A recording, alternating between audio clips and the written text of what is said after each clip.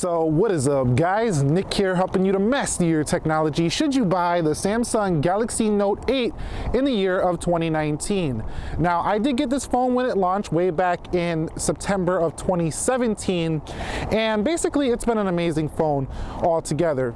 Goodbye, it's the end of the video. No, I'm just messing with you. But I have seen the prices like around 300. There is some LCD burn-in on some of those, but if you know where to look, you could find these under 400. And if you don't believe me, I'll leave some links down below in the description area of this video. Anyway, let's find out if it's worth it right now. Coming up, let's go.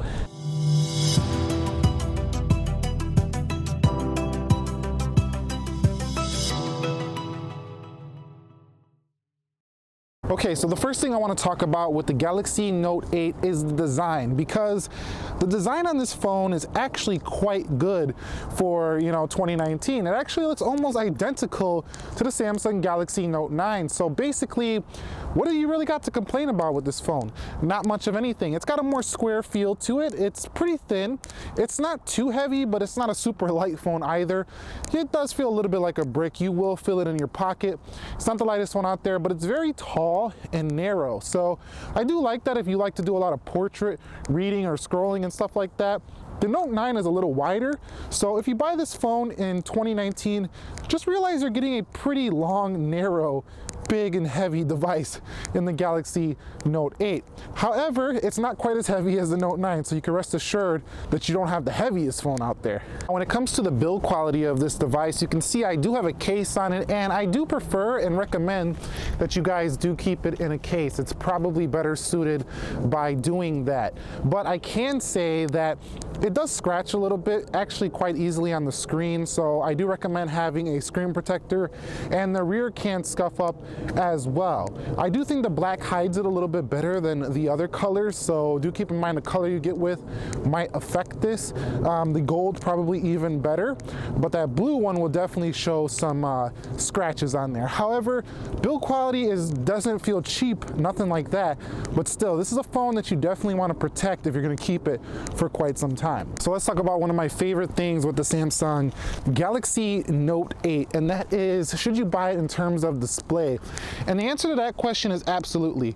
Because this phone has an incredible Super AMOLED 3-inch display here, so very large display, and it has plenty of color saturation as well as very sharp details at that 1440p res. So the screen on here is blowing away a lot of phones that are even launched this year, like the 10R, for example. So you can rest assured, whether you're reading, whether you're watching a movie, whether you're doing anything on this display, time and time again, you're going to look at it and you're going to be pleased, even here in 2019. It's actually an incredible panel on the Note 8, and I use it right now, and I'm just like, well, am I using a Note 9 or am I using a Note 8? Because they're not that much different at all. Now, I should say that software on this phone is actually not updated that often. However, it did get the major update to Android 8.0 since I did get it, and it's also going to get One UI. It's going to be later than phones like the S9 Plus, the S9, as well as the Note 9, but it is going to get that update. So do keep in mind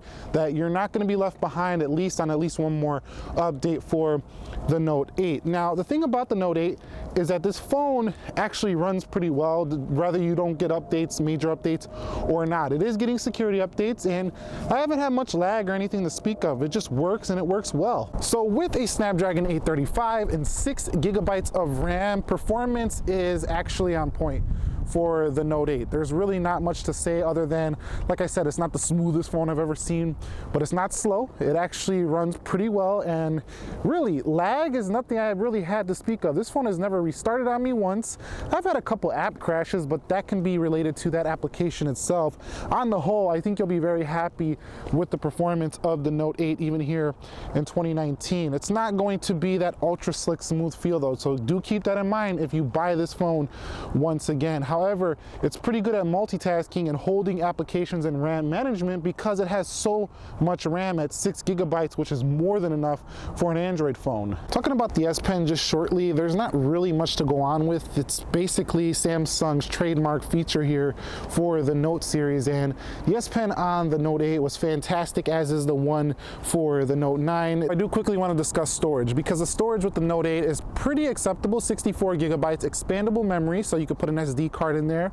And I found that I never needed more than 64 to, say, store applications on a device, and having that expandable memory makes me feel very confident in having enough space to swap out SD cards for videos and photo memory. So really do love having expandable storage. Storage is just fine for the Note 8. The Note 9 went overkill with the 512 gigs. I don't think most people even need that amount of storage, but if you want massive storage, then you're not going to get the 512 gig here. You're going to have to live with 64 or 128. Okay guys, so talking about the camera with the Samsung Galaxy Note 8, it does have dual 12 megapixel cameras. They can shoot up to 4K 30, but I was a little bit disappointed it couldn't do 4K 60. But overall, the shots turn out very saturated, if a little bit soft. You do have things like selective focus, which will allow you to blur the background a little bit. You got live focus on here. It was one of the new features that was demoed on stage with the Note 8. So it was one of the first phones that can manually tweak the background. Apple made a big deal about this at their iPhone XS Max launch when the Note 8 had this a whole year before. So overall, I would say that the software is pretty good in terms of the camera, but the software was improved on the newer S9 Plus with expandable memory, plenty of features, pro features, as well as a pretty simple camera interface. I'd say that most people will be happy with the camera on the Note 8. The quality is also very good. Now on the front, I didn't really like the front camera too much because it was just way too soft, I would say, in terms of video and photo. However, for everyday photos, it's going to be fine, but if you're going to do anything like putting videos up on social media like YouTube, I don't think it's the best front-facing camera out there for that application. On the whole, I really do like the rear cameras on the Galaxy Note 8, mostly because they're optically stabilized, dual pixel AF, and they shoot photos that you kind of want without doing any tweaking afterwards. They just look pretty decent right out of the shot.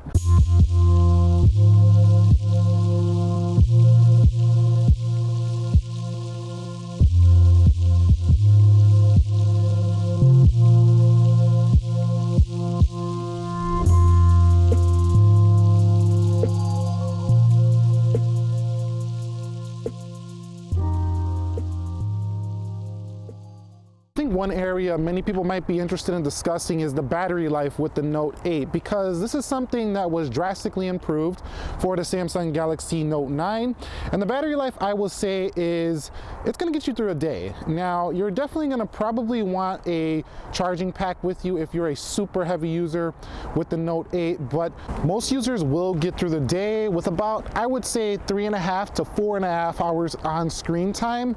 That's nowhere near the 6 I'm getting on the Note 9, but still, it's not bad. The battery life is acceptable. However, I will say from the first 100 down to about 89, it does drop very fast. So don't be discouraged by that. It starts getting better as you get into like the 80s. One saving grace about the battery life with the Note 8 is that it does have fast charging and wireless charging, so you should be good there. The Note 8 is an okay battery life. It was much improved on the Note 9, but Samsung didn't want their phone to explode like the previous edition, so they made the capacity a lot smaller with the Note 8, I think, for safety purposes, until they figured it out, and then they were able to put a larger battery in the Note 9. Topic of audio, should you buy the Galaxy Note 8 when it comes to audio here in 2019? Well, it does have a headphone jack, so that's a pretty good thing, but it only has one tinny speaker, which is not a great thing. So if you got an S9 Plus or a Galaxy Note 9, you would have noticed that you got amazing audio quality with the Dolby Atmos and all that. So basically, I would say that the Note 8 is acceptable audio. The speaker is loud enough for average use, but it's nothing that you're going to be impressed about. And having a headphone jack is still nice, so that does make up a little bit for it. Audio to me is just okay for the Note 8. It doesn't even have a hi-fi quad DAC for headphones, so everything about it is just kind of average with the audio. Now, when it comes to making a phone call for the Galaxy Note 8, everything was fine. Reception was good.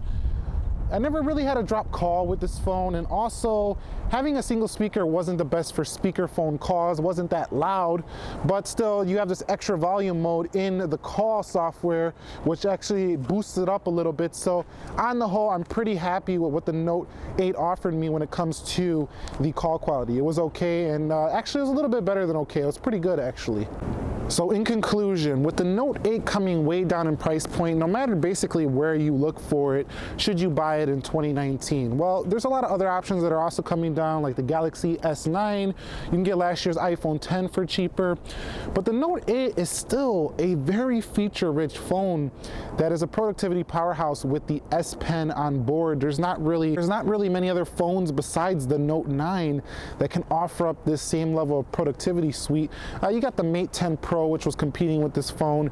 The Note 8 just really has so many features in one, just like the Note 9, but you hold back a little bit on the battery life. The camera is not quite up to snuff, and the speakerphone is not as good, as well as like the audio quality with the Dolby Atmos. But other than that, it's a stellar phone still, and I highly recommend it if you're looking for a Note series device on the low, because it really doesn't have many drawbacks besides the couple of things I mentioned. So if you guys found this video helpful, entertaining, informing, if you like this style where we're out here just having fun, let me know. Click the like button for me. Comment your thoughts down below. Are you picking up the Samsung Galaxy Note 8? Did you say forget it, I don't want that phone? Why are you still talking about it? Let us know down below in the comment, and if you have one, please consider sharing your experience, because it helps other people out who are deciding. The comment section is gold for a lot of people doing research, so go ahead and comment your experience if you had one down below. Nick here, helping you to master your technology. Be sure to be well. I will catch you all in the next episode. Subscribe if you haven't already, and peace.